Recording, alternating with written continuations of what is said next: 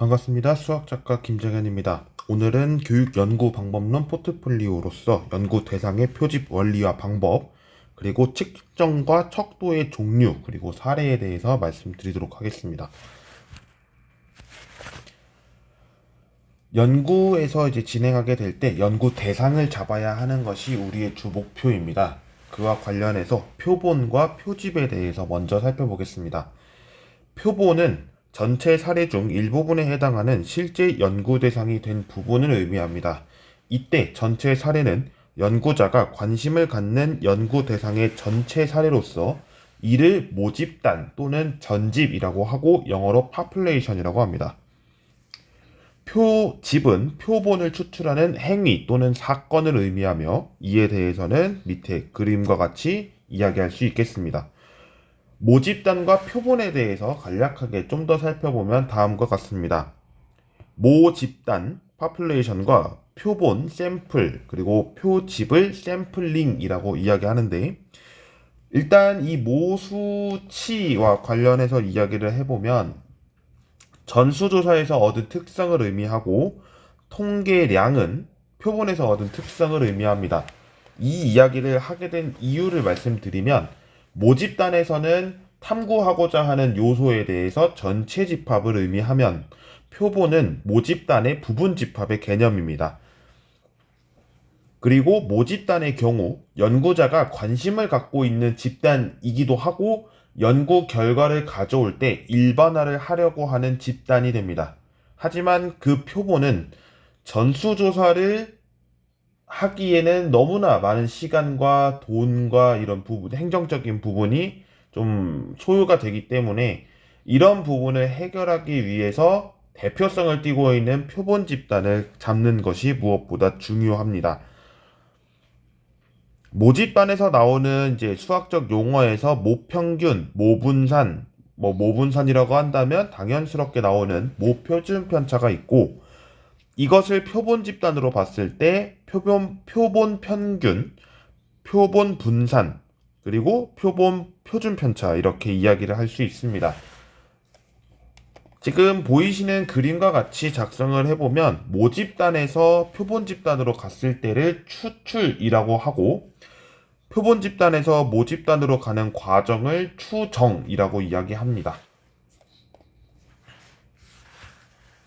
다음으로 표집 방법을 설명하겠습니다. 표집 방법은 총 7가지 제시되어 있습니다. 첫 번째로 말씀 먼저 드리면 무작위 표집, 랜덤 샘플링입니다. 랜덤 샘플링은 모든 원소의 추출 확률이 수학적으로 동일합니다. 특정 원소의 표집이 다른 원소의 표집 확률에 영향을 미치지 않고 추출이 가능한 모든 표본의 추출 확률이 동일하다라고 볼 수 있습니다. 두 번째로 층화 표집, stratified sampling입니다. 여러 하위 모집단으로 구분한 다음에 각 하위 모집단에서 일정 수의 사례를 무작위로 표집하는 방법으로서 모집단을 구성하는 원소를 골고루 표집할 확률이 높습니다. 다음으로 클러스터 샘플링입니다. 군집 표집인데 이는 모집단에서 일정 수의 군집을 잡은 다음 그 다음에 모든 구성원을 표본으로 선정한다 라고 되어 있는데 이 군집에 포함되어 있는 구성원을 표본으로 삼았을 때 무작위 표집을 한 번 더 사용하는 과정도 있습니다. 네 번째, 체계적 표집, 시스테매틱 샘플링입니다. 모집단의 원소의 일련 번호를 매긴 다음 일정 간격에 따라 K번째 구성원을 추출한다 라고 되어 있습니다. 다섯 번째, 쿼터 샘플링, 할당 표집입니다. 미리 정해놓은 기준에 따라서 모집단을 몇 개의 집단으로 나눈 다음에 집단별로 필요한 수만큼 사례를 표집합니다. 여섯 번째, 편의 표집입니다. 쉽게 구성 가능한 표본들을 표집합니다.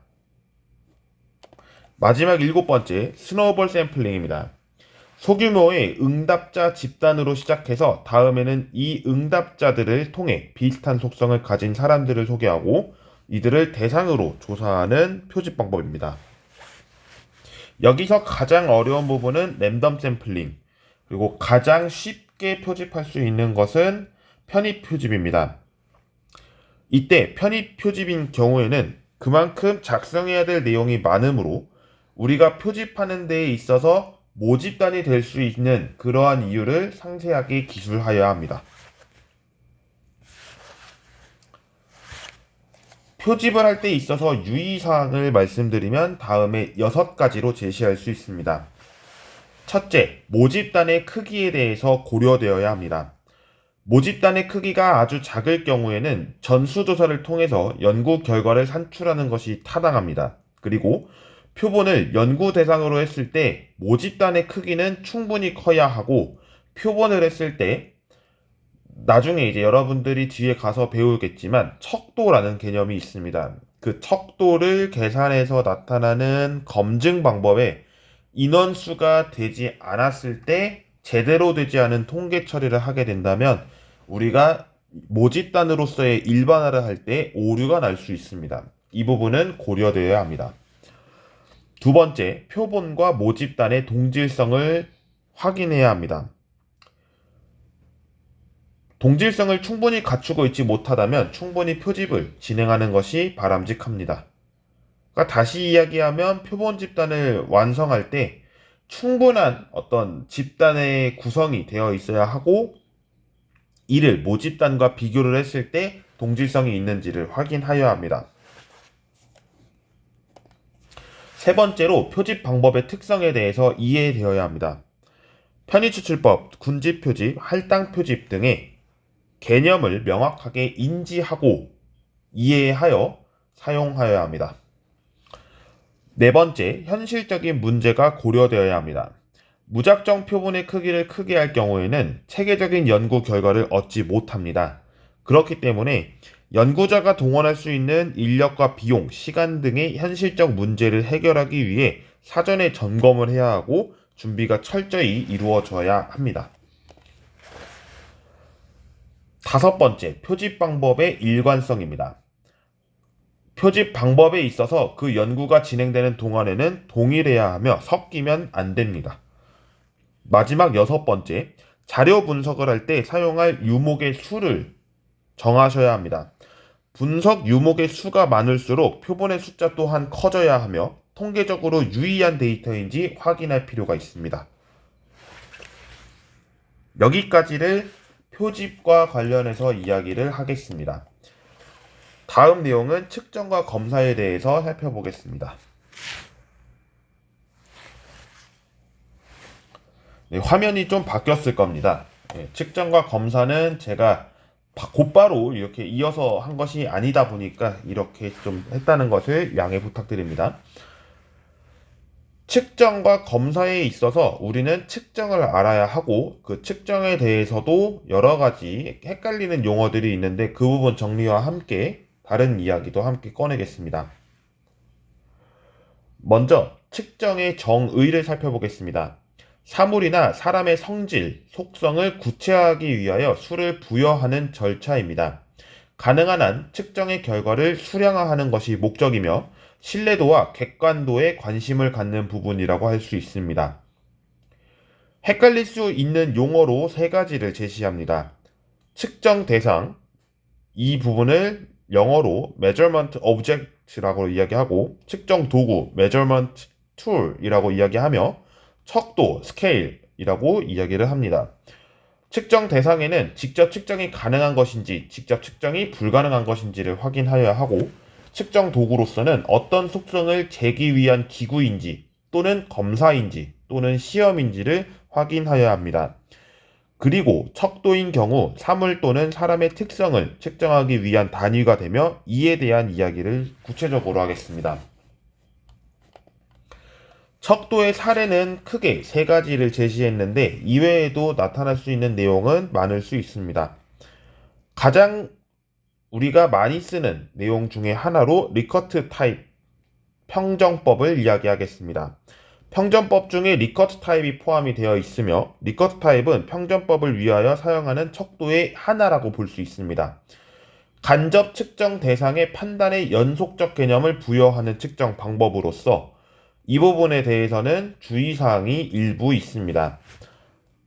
자신의 의사를 표현함으로써 미칠 수 있는 영향을 고려해 질문에 중립적인 반응을 취하는 중립화. 예를 들면 리커트 타입 5포인트라고 했을 때 1, 2, 3, 4, 5를 각각 전혀 그렇지 않다, 그렇지 않다, 보통이다, 그렇다, 매우 그렇다 라고 했을 때 사람의 심리상 보통이다를 찍는 경우가 대부분일 겁니다. 그래서 최근의 트렌드에 맞게 이야기를 해보면 보통이다를 제거하고 4점 또는 6점으로 체크를 하는 경우가 있습니다. 그리고 측정 도구의 목적을 인지하고 의도적으로 좋은 결과를 내게끔 하는 허위 반응이 있을 수 있습니다. 이 부분에 대해서는 평정법에 있어 주의해야 할 부분입니다. 1957년 오스콧이라고 하는 분께서 만드신 의미 분석법을 살펴보겠습니다. 사물, 인간, 사건 등에 대한 의미를 공간 속에서 측정하는 방법으로서 양극의 단어를 사용해서 5포인트 스케일로 설정하는 경우를 의미합니다. 예를 들면 여러분이 다니고 있는 대학교를 이야기했을 때 나쁘다, 좋다 이 둘의 양극을 두고 가운데 평정 척도를 그립니다.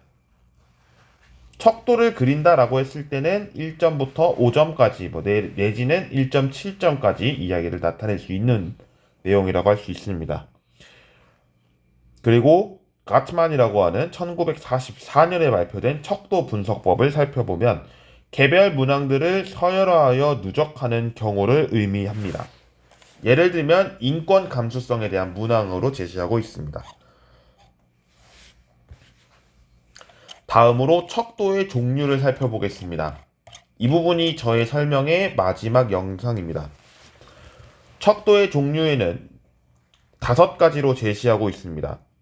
노미널 스케일, 명명 척도, 오디널 스케일, 서열 척도, 인터벌 스케일, 등간 척도, 라티오 스케일, 비율 척도, 앱솔루트 스케일, 절대 척도입니다. 이 5가지에 대해서 된다 안 된다를 이야기하면 다음과 같습니다. 명명 척도는 분류만 가능하며 순위, 등간성, 절대 0점, 절대 단위에서는 사용할 수 없습니다.